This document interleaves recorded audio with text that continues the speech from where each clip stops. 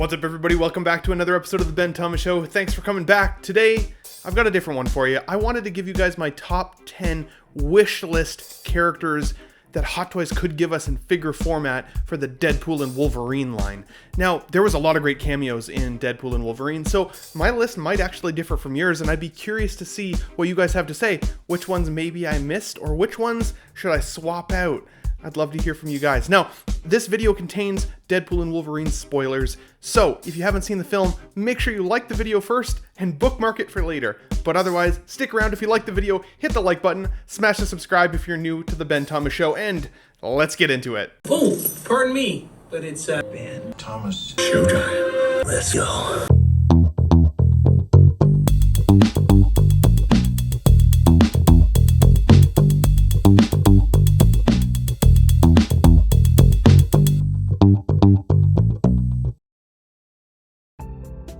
Okay, so coming in at number 10 has to be Hunter B-15. Now, I think this is a badass character. She was really great, in my opinion, in Loki Season 1, and then especially in Loki Season 2, her character really grew on me.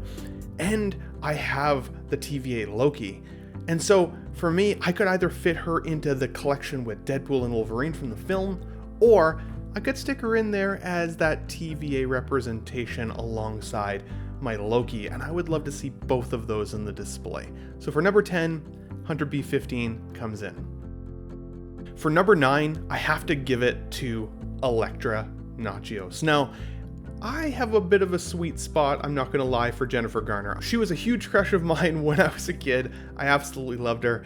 And while her Elektra film wasn't that great, I always did appreciate her appearance in the Ben Affleck Daredevil film, which still to this day, in my opinion, is a little underrated. I missed that film, I loved that film for its time.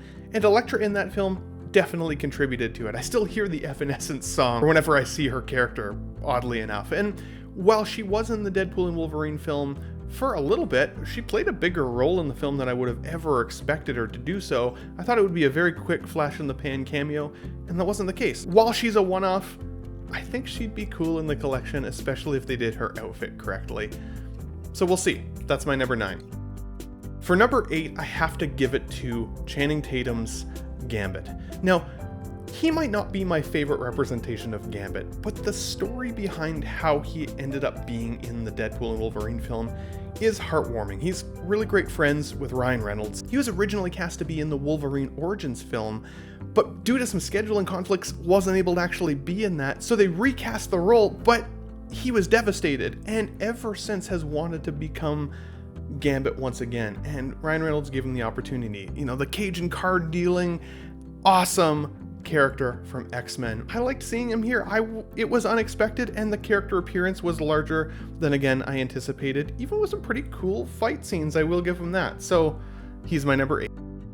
For number 7, it definitely has to be Nicepool. Now, for a couple of reasons. I thought Nicepool in the film, played by Ryan Reynolds, was funny, awesome. He was, you know, a warming heart personality character, let's be honest. The scene where Deadpool uses him as a body shield is freaking hilarious, guys. I loved that scene.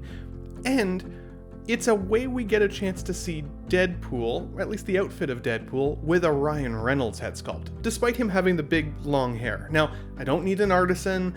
Maybe the wool-rooted hair system that Lady Pool is getting, I'd be happy with that. But for the most part, I still think it would be cool, and he's the one that came originally with the golden guns that Deadpool gets them from. So I'd be curious if he also came with golden guns, because that might also diminish that special accessory that came with that version of Deadpool we just got. So keep that in mind, but I would still love to see a Nicepool, so he's my number 7.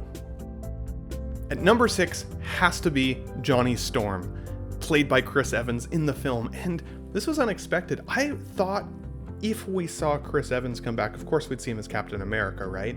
And I was surprised how boring my theater reaction was when they revealed him, because I was kind of excited. I was like, holy shit, Captain America's here.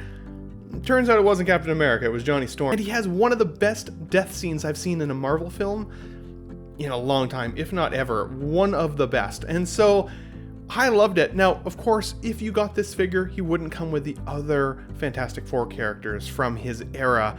Jessica Alba, I mean, let's be honest, who wouldn't want her as Sue Storm in the collection? But even The Thing and Reed, like, he wouldn't come with any of those. but I still think having the representation of the Fantastic Four in the collection as a variant universe could be really cool, especially with the new Fantastic Four figures likely coming, let's be honest, if that new film is good. So Johnny Storm is my number 6. For number 5, it might be cheating a little bit because it's Deadpool once again, but Deadpool with some things that didn't come with the first version that we've now seen. I don't care for Baby Pool, I didn't care about Headpool.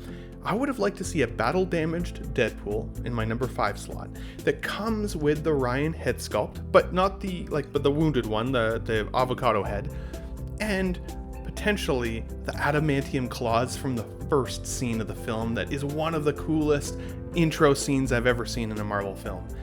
If they give us a battle-damaged Deadpool, I wonder what that will do to the other one in terms of eagerness and desire to have it, because I'd want my Deadpool to be bloody and ripped and slashed and all of the things, as well as having some pretty serious blood damage on his weaponry. So we'll see, but Deadpool, battle damaged with a sculpt and maybe the claws as my number 5. It's a huge wish, but I'm sticking to it. For number 4, it has to be one of the Wolverine variants that we saw in the background as Deadpool was trying to find his new Wolverine companion, and it has to be brown-suited Wolverine. Now, I think they could easily do this. In fact, I've seen somebody actually take the yellow and blue suit here and convert it into the brown look, and I think they could do that pretty well. The sculpt, I think, would be pretty much the same from what I could see from that scene in the movie, so I think it would be an easy one to do. In fact, I almost wonder if it's why the brown-suited Hano is limited. Because if Hot Toys knows they're gonna make one, maybe that was the way to get that other one sold first. It's a tinfoil hat theory, but let's find out if I'm right. But for number 4, it definitely has to be brown-suited Wolverine. For number 3, talking about awesome Wolverine appearances in terms of cameos and variants, let's be honest, it's our boy Henry Cavill. Now when Deadpool walks up behind this hulking Wolverine standing with his back to us and we're like, oh man, this Hugh Jackman's gonna be wild, and he turns around and it's Henry Cavill, that got an audience reaction in my theater, and it was pretty awesome. There's been lots of speculation who might take over for Hugh Jackman as Wolverine, and a lot of people have floated the name Henry Cavill. One of the things that I've always thought is Henry Cavill might be too old. Keep in mind, our Logan, right, our Wolverine, Hugh Jackman has been doing this for 25 years at this point. So Henry Cavill, who's no longer a super young man, if he did this for 25 years, he'd be playing this into his 60s anyways. So if they're going to recast at some point, maybe not Henry Cavill. Or they're just going to keep Hugh Jackman doing this till he's 90, like they joked in the film, and maybe that's not so much of a joke. But for number 3, Henry Cavill as Wolverine variant in the collection. Bring it on. And let's be honest, they've got Henry Cavill's likeness. Give it to us anyways. For number 2, it has to be Sabretooth. Now, this was a very quick cameo in comparison to some of the other ones in the film. In fact, I thought the fight scene between him and Wolverine might actually take longer, and it went down pretty quick. If you've seen the film, he gets his head chopped off damn quickly, which did actually make me laugh pretty hard, because I remember the first time I saw the first X-Men film, and Sabretooth is throwing Wolverine around in front of Rogue right after they're in their car accident in the truck. And I'm thinking, like, if Wolverine's got adamantium claws, like, why didn't he just slice through this guy, right? Well, that's exactly what he did in Deadpool Wolverine, so maybe I wasn't the only one asking that question. But Sabretooth reminds me of the old school days, kind of a tribute to the Fox X-Men universe films. He was one of my favorite characters from those films when I was a kid. And I love the character dynamic of having him pitted up against a Wolverine in my collection. I think that could be really, really cool. I might even pair him up against my Days of Future Past Wolverine. It doesn't have to be from the same film, but I think that could be cool, especially now that I've got that Wolverine already, and I've got the yellow suit version coming. I want to be able to display it differently. That could be an option if they were to give us a Sabretooth. Now, would it be artisan? Would he have all that rooted hair and beard and everything where they make that sculpted? I think if it was sculpted, it would look too plasticky. I think they'd almost have to go the rooted route, but then he'd be a very expensive Sabretooth. But in terms of wish list, he's my number 2. And last, but of course, certainly not least, for number 1, I had to give it to my man, Blade, Wesley Snipes. I grew up on Wesley Snipes' Blade films.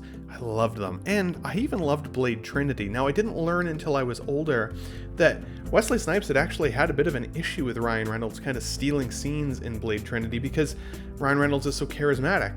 And Blade at the time, or Wesley Snipes, really felt like Blade 3 should have been his film and not kind of that team-up movie that it became. And so that created some bad blood there for a little while, so I was really pleased to see Wesley Snipes in a Ryan Reynolds film now at this stage in the game. If they had a feud left, it's clearly been put aside, and with Mahershala Ali's film being now 5, almost 6 years out from its original announcement, I'm starting to think we're not going to get that movie anyways. So, like the joke in Deadpool and Wolverine being that Blade, there's only going to be one, I mean, if that's the case, I'd love to see Hot Toys revisit that figure. They've done one in the past, they've clearly got the likeness rights at some point from Wesley. Why not give us a new, fresh, updated one? However, if they never do, of course there are other versions, third-party versions, that are pretty solid, it seems, at this point for Blade. But guys, that's my list for today. I'd love to hear from you guys in the comments down below.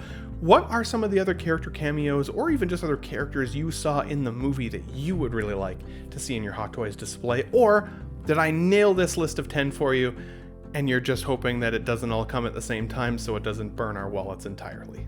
Let me know in the comments down below, guys. But if you liked the video, hit the like button, smash the subscribe if you're new to the Ben Thomas Show, and thanks for watching, everybody. I'll catch you on the next one. Wow, what a great audience. Be sure to subscribe to my channel if you haven't already, because subscribing makes you feel good. Where shall I go? What shall I do?